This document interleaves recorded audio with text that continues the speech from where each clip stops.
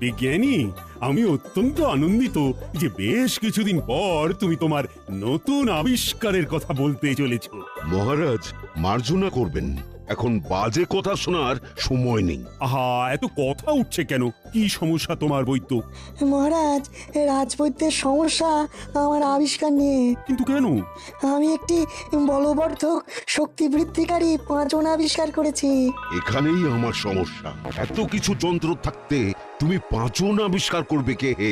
পাঁচনের বিভাগ তো আমার বিভাগ, কারণ এটির মানুষের শরীরের আর স্বাস্থ্যের সম্পর্ক আছে। তুমি এই পাঁচন আবিষ্কার করবার আগে আমার অনুমতি নিয়েছো? শোনো হে বৈদ্য, তুমি কবিরাজ হতে পারো, কিন্তু তোমাকে বলে রাখি যে কারো অনুমতি নিয়ে কোনো আবিষ্কার আজ অব্দি আমি করিনি। তুমি পাঁচন শুনে নিজের একচেটিয়া আধিপত্য খর্ব হওয়ার ভয় পাচ্ছ, কিন্তু যাতে মানুষের রাজ্যের উপকার হয় সেটাই আমার লক্ষ্য থাকে। হ্যাঁ, বৈদ্য, আমি বিজ্ঞানীর সাথে সহমত।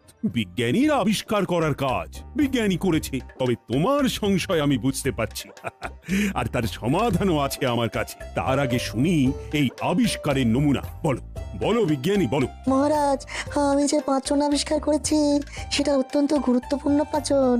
যেই পাঁচন সেবন করবে মুহূর্তের মধ্যে তার শরীরে বাঘের মতো জোর চলে আসবে। সেই মুহূর্তে পাঁচনের প্রভাবে তার হাত পা নিষ্পিস করবে জোর দেখানোর জন্য। পুরুষ হোক বা মহিলা, সে সেই মুহূর্তে যাকে সামনে পাবে তাকে ঘুষিও মেরে দিতে পারে। হ্যাঁ মানে সে একেবারে হিতাহিত জ্ঞান শূন্য হয়ে যাবে, তাই তো? হ্যাঁ, ঠিক তাই। ওরে বাবা, মানে আমি যদি আমার গিন্নিকেই পাঁচন সেবন করাই তাহলে সে আমাকে ঘুষিও মেরে দিতে পারে? সেই মুহূর্তে সামনে দাঁড়িয়ে থাকলে নাক ফাটবার সম্ভাবনা প্রবল। কি উদ্ভট আবিষ্কার মহারাজ! এতে আমাদের সমাজের কি উপকার হবে? আমি কি এই পাঁচন রোগীকে পথ্য বা ঔষধ হিসাবে দিতে পারি? সত্যি তো, এ তো সম্ভব নয় বিজ্ঞানী। এই আবিষ্কারে আমাদের কি উপকার হবে? মহারাজ, যদি যুদ্ধ শুরু হয় তবে আহত সৈনিকদের জন্য এটি এক অব্যর্থ ওষুধ। আব, এমন যুদ্ধের কোনো সম্ভাবনা আছে বলে তো মনে হয় না। তাও তুমি যখন এটি আবিষ্কার করেই ফেলেছো, তখন এটির স্বীকৃতি তো দিতেই হবে। মহারাজ, আমার বিনীত অনুরোধ আপনার কাছে যে আমি এই পাঁচনের গুণাগুণ পরীক্ষা করে দেখব এবং যদি সন্তুষ্ট হই তারপর আপনি স্বীকৃতি দেবেন। বেশ, তো তাই হবে। বুঝলে বুঝলে বিজ্ঞানী, অত সোজা নয়। আমি সব বুঝে মতামত দিলে তবেই এটা আবিষ্কার বলে গণ্য হবে। আহা, তা গণ্যমান্য ব্যক্তিরা মতামত দিলে তবেই না আবিষ্কারের মজা। বিজ্ঞানী, তুমি অন্য কোনো যন্ত্র আবিষ্কার না করে এইসব পাঁচন আবিষ্কার করছো, তার কারণ হচ্ছে তুমি আমাকে হিংসা করছো। মহারাজ, বৈদ্যর নিজস্ব একটা সম্মান আছে, আর এখানেই বৈদ্য আঘাতটা পেয়েছে। মহারাজ, একটি বিনীত অনুরোধ আছে। বলো বলো কবি, বলো। পাঁচনের পাঁচালি হোক বন্ধ, দূর হোক আমাদের কবিরাজের দ্বন্দ্ব। মহারাজ, আমি নিজে এই পাঁচন খেয়ে দেখতে চাই, সাথে অবশ্যই বৈদ্য থাকবে। না না না না, তোমার যদি কিছু হয়ে যায় গোপাল। হ্যাঁ, সে বিষয়ে আপনি 100% নিশ্চিন্ত থাকুন মহারাজ, গোপালের কিচ্ছু হবে না। বেশ, তো তাই হবে। ওহে জ্যোতিষী।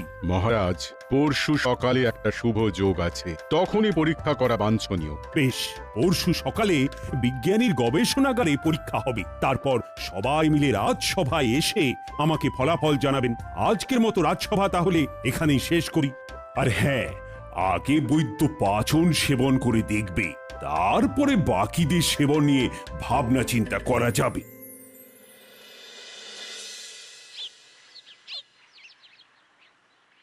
বাবা, এই পাঁচন খেয়ে এত শক্তি হবে? ঠিক গিন্নি, ঠিক। তোমার আগ বাড়িয়ে পাঁচন খাবার শখ হলো কেন? বাড়িতে কি তোমাকে খেতে দিই না? আর তাছাড়া তুমি যে বাজার করো যে বেজার মুখে, তা ওই পাঁচন খাবার মুখ গো। কি যে ছাই পাশ বাজার থেকে নিয়ে আসো, সেটা আমার চেয়ে বেশি কে জানবে? গিন্নি, তোমার ওই এক কথা। আমার কি মনে হয় জানো, এটা বিজ্ঞানীর খুব বড় একটা আবিষ্কার হতে চলেছে। আমি না খাই, তোমার জন্য পাচন নিয়ে আসবো। তোমার বাতের ব্যথা দেখো ভালো হয়ে যাবে। এই একটা কাজের কথা বলেছো, দেরি করবে না, যত তাড়াতাড়ি সম্ভব ওই পাঁচন আমার জন্য নিয়ে আসবে। হ্যাঁ,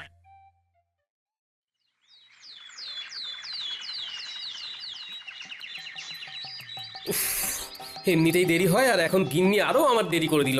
উত্তর পাচনের কথা গিন্নিকে বলাটাই বড় ভুল হয়ে গেছে। এখন দিন রাত আমার কানে খালি পাচনের নামটা পড়বে।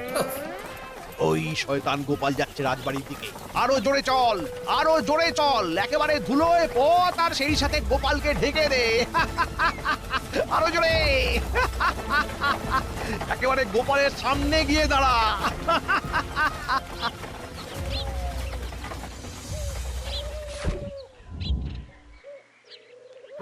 এটা কি হলো? আমার সারা গায়ে ধুলো দিয়ে ঢেকে দিলে। মন্ত্রীর ঘোড়া জোরে ছোটে, এটাও কি জানো না গোপাল? পথ থেকে একটু সরে দাঁড়াতে হয়, সেটাও কি জানো না? আপনি কি আপনার রথে আমাকে রাজবাড়ি অবধি নিয়ে যাবেন বলে দাঁড়ালেন নাকি মন্ত্রী মশাই? কিভাবে নিয়ে যাই বলো? আমার এই রথে মান্য গণ্য বিশিষ্ট জনেরা উঠতে পারে। তুমি তালে গোলে রাজসভায় চাকরি পেয়ে গেছো, সে তোমার ভাগ্যি। না হলে তুমি অতি সাধারণ কোনো মান্যগণ্য কেউ নও। আর এই কারণে বিজ্ঞানীর গবেষণাগারে তোমার কোনো জায়গা নেই, বুঝলে? হ্যাঁ, আমি এগোই, আপনি আসুন। এইভাবে ধুলো পোশাকে রাজসভা যেতে তোমার লজ্জা করবে না গোপাল? হ্যাঁ? লজ্জা? আমি নির্লজ্জ মন্ত্রী মশাই, আপনারই মতো। কি এত বড় কথা? এই চল। এই শয়তানটার নিশ্চয়ই কোনো মতলব আছে, ওকে একটু নজরে রাখতে হবে দেখছি।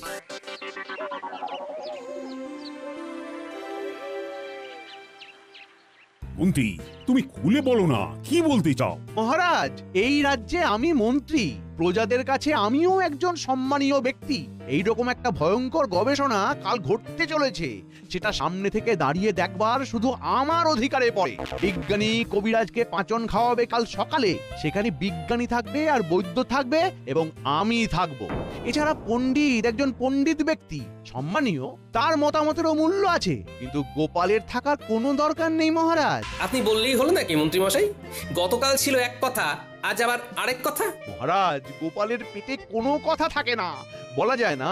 গবেষণাগারে এমন কিছু ঘটলো যা নিরাপত্তার জন্য বাইরে কিছু বলা বারণ হয়ে গেল। তখন আমরা মুখে কুলুপ আঁটলাম, কিন্তু এই গোপাল সব কথা পাঁচকান করবে, না হলে ওর বদ হজম হয়ে যায়। মন্ত্রী মশাই দেখছি মিথ্যে কথার ফুলছুরি ছোটাচ্ছেন।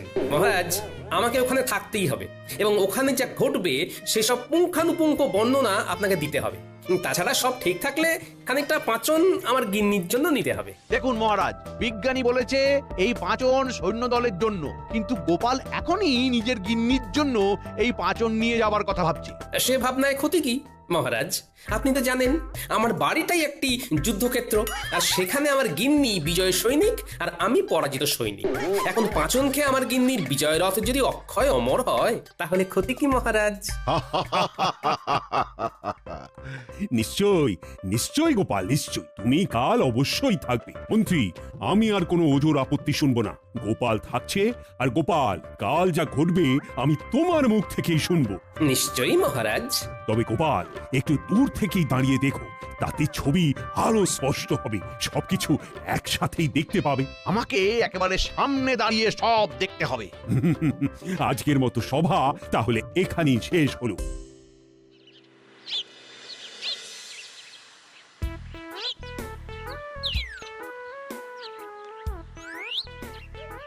ঠিক ধরেছি, মন্ত্রীর মুখে চোখে দুষ্টুমির ঝিলিক দেখেছি।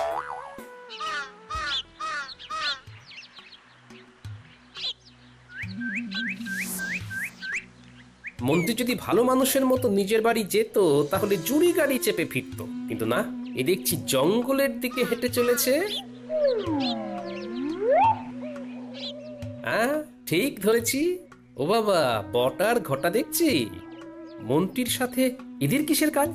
বলুন মন্ত্রী মশাই, আপনার জন্য কি করতে পারি? শোন, কাল বিজ্ঞানীর গবেষণাগারে এক পরীক্ষা আছে। আমি নিশ্চিত বিজ্ঞানী খুব ভালো জিনিস আবিষ্কার করেছে। কি সেটা? পাচন। শেষে পাচন? সেটাও গায়েব করতে হবে নাকি? হাসিস নে, গা জ্বলে যায়। যা বলছি সেটা করবি। কাল আমি যদি কিছুটা পাচন আমার কাছে রাখতে পারি, তাহলে তো কেল্লা ফতে, তোদের আর কিচ্ছু করতে হবে না। আমার থেকেই পাচন পেয়ে যাবি। আমি না পেলে পাচন তোদের বিজ্ঞানীর ঘর থেকে চুরি করতে হবে। পাঁচন নিয়ে আমরা কি করব আর আপনি বা কি করবেন? এটা খেলে তোদের গায়ে রাবণের জোর আসবে। বটে তোদের পাচন খেয়েই গোপালের বাড়ির সামনে দাঁড়াতে হবে। পাঁচন খেয়ে না, গোপালের বাড়ির সামনে দাঁড়াবি, পাচন খাবি, তারপর গোপালকে ডাকবি। গোপাল এলে ওর মুখে ঘুষি মারবি, ঘুষি। ও বাবা, তারপর গোপালের নাক চিরকালের মতো ভেঙে যাবে। ও আর রাজসভায় এসে ভাড়ামি করতে পারবে না। তোরা রাজার পারিষদ হয়ে বসবি, বুঝলি? এই কাজ করলে তোরা অনেক অনেক ধনরত্ন পাবি। ঠিক আছে, তাই হবে। কাল আমরা অপেক্ষা করব। হ্যাঁ, এখানে আমার নাক ফাটাবার পরিকল্পনা। দাঁড়াও মন্ত্রী, তোমার মজা আমি দেখাচ্ছি।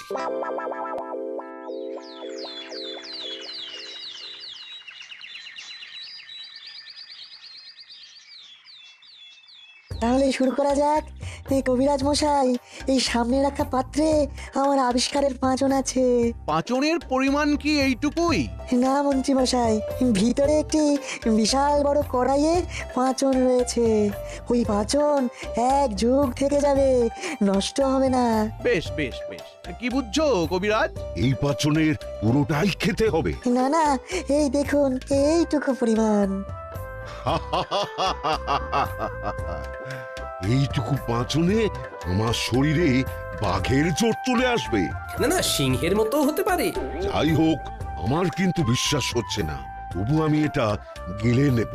তা এটি খেতে কেমন? মিষ্টির তরল। হাসালে বিজ্ঞানী, হাসালে। পাচন আবার মিষ্টি তরল? কোনোদিন কেউ শুনেছে? এটাও আমার আবিষ্কার।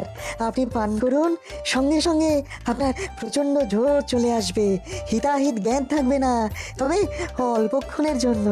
মন্ত্রীমশাই, আপনি বৈদ্যর অত কাছে যাবেন না। সে তোমাকে না ভাবলেও চলবে গোপাল। আমি মন্ত্রী, আমাকেই ভাবতে দাও না। দেখি ভালো করে। এবার পাঁচনটি গিলে ফেলুন, ভয় নেই। আরে না না, কোনো ভয় নেই, কোনো ভয় নেই। আমার বিজ্ঞানীর ওপর পুরো ভরসা আছে। বেশ।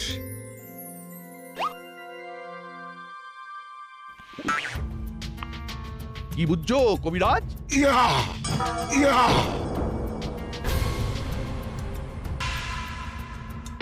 ওরে বাবারে! উ! ওরে বাবা! আমি কি করলাম? এক খুশিতে মন্ত্রীকে উড়িয়ে দিলে যে, আমাকেও মারবে নাকি? না, এই কবিরাজের সেই জ্ঞান এখন এসে গেছে, কিন্তু ওই প্রথম সময়টুকু কোনো হিতাহিত জ্ঞান থাকে না। বলেছিলাম বৈদ্যর সামনে থাকবেন না। কি কাণ্ড হলো বলুন? নাকটা আস্ত আছে তো?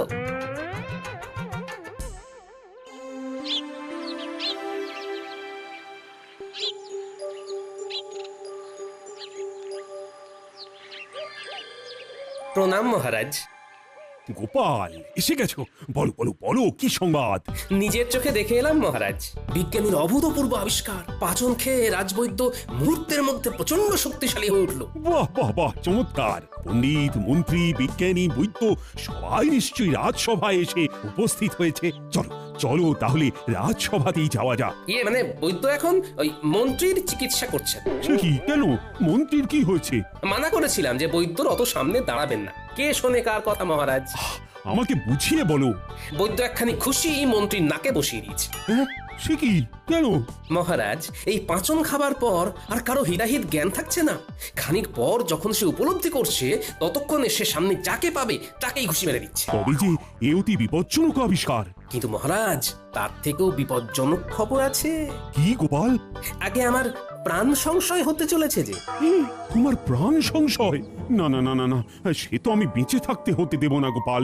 তবে মহারাজ, আমি যা বলছি মন দিয়ে শুনুন।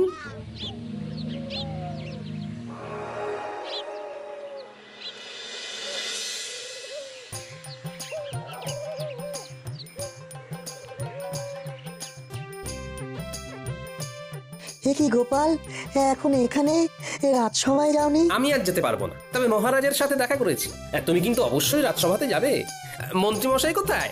এই মন্ত্রীমশাইয়ের নাকে চোট হয়েছে, বৈদ্য ঘাবড়ে গিয়ে ওর ঘরে মন্ত্রীমশাইকে নিয়ে গেছে।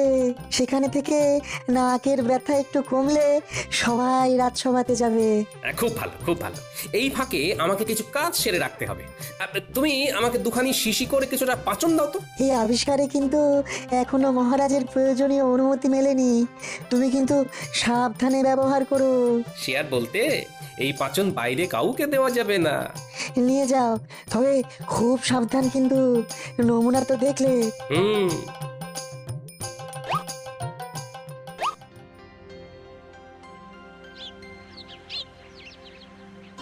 মন্ত্রী, তুমি এখন বাড়িতে নেই, আমি তাই যাচ্ছি তোমার বাড়ি। আমার নাক ফাটাবার আগে তোমার নাকি আর আস্ত থাকবে না।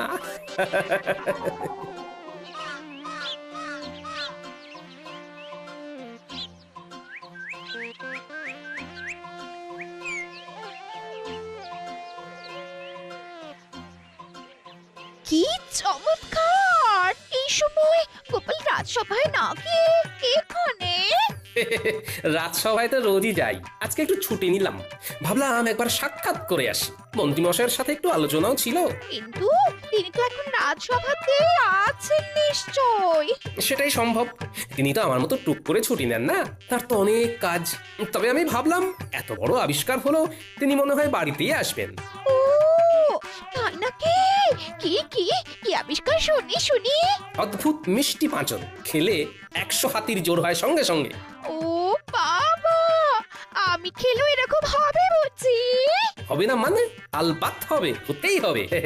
আমার তো মনে হয় এর চমৎকার মন্ত্রীমশাইকে একবার দেখি। কিভাবে? কোনো ব্যাপার না, মন্ত্রীমশাই যখন ঘরে আসবে তখন আড়াল থেকে মুখে ঢেলে মন্ত্রীমশাইয়ের সামনে গিয়ে দাঁড়াবেন। আড়াল থেকে কেন? তবেই তো মজা।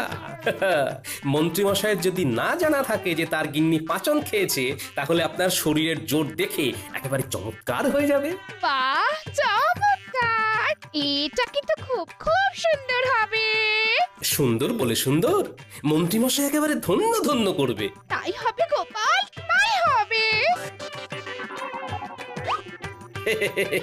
আমি এখন আসি।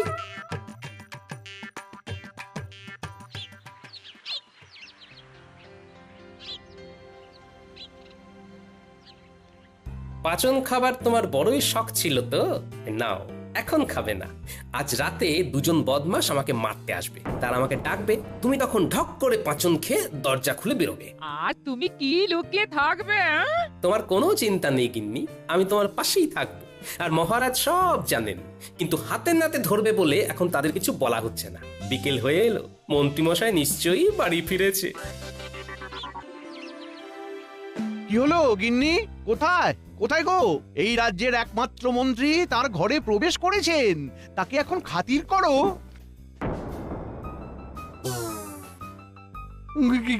কি হলো গিন্নি? এরকম মুখ করছো কেন? ওরে বাবা, ওরে বাবারি, এই মুখ আমার বড় চেনা লাগছে। ওরে বাবা কি হে ভগবান, আমি কি করলাম? কে তোমাকে পাঁচন এনে দিয়েছে গিন্নি? কে দিয়েছে? গোপাল জি এনে দিল আর বললো এই পাঁচন খেয়ে তোমার সামনে দাঁড়ালে আমার জোর দেখে তুমি খুব খুব খুশি হবে। গোপাল, গোপাল, তোমার আমি শেষ দেখে ছাড়বো আজ রাতেই। ওরে বাবারি,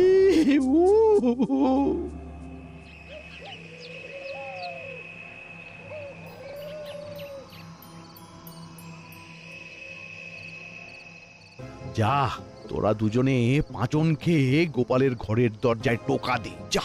টোকাতে ঘুম ভাঙবেন না, ধাক্কা চাই, ধাক্কা। চল মোটা।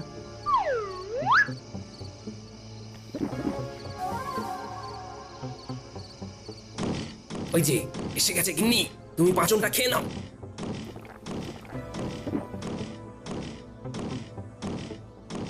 চমৎকার, এবার দরজাটা খোলো।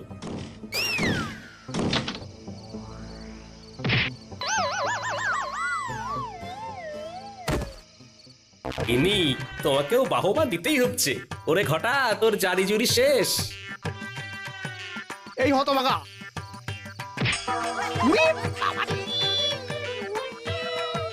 আমার নাক বলে আর কিছু রইল না গো।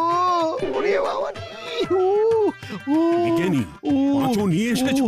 হ্যাঁ মহারাজ। ওই তোকে আসতে বারণ করেছি, কিন্তু সভাকবি, পণ্ডিত, জ্যোতিষী তোমরা এক এক করে পাঁচন খেয়ে মন্ত্রীর সামনে দাঁড়াবে আর মন্ত্রীকে খুশি মারবে।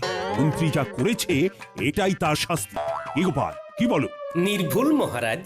আমাকে আমাকে মাফ করুন মহারাজ। আসলে আসলে গোপাল সব সময় আমাকে অপমান করে। আমি তো লক্ষ্য করি সব অপমান তো তুমি করো মন্ত্রী। আর পাচ্ছি না মহারাজ। ওরে বাবা রে। সব ভালো যার শেষে গোপাল থাকে যার। গোপাল, আগে মহারাজ। গোপাল মন্ত্রীর সামনে দাঁড়াও, এই দাঁড়ালাম মহারাজ। পাঁচন খাও। এবার কি করবে গোপাল? আমি তো মন্ত্রীর নাক দেখতে পাচ্ছি না মহারাজ, একেবারে চ্যাপ্টা হয়ে গেছে। তবুও আপনি যখন বলছেন তখন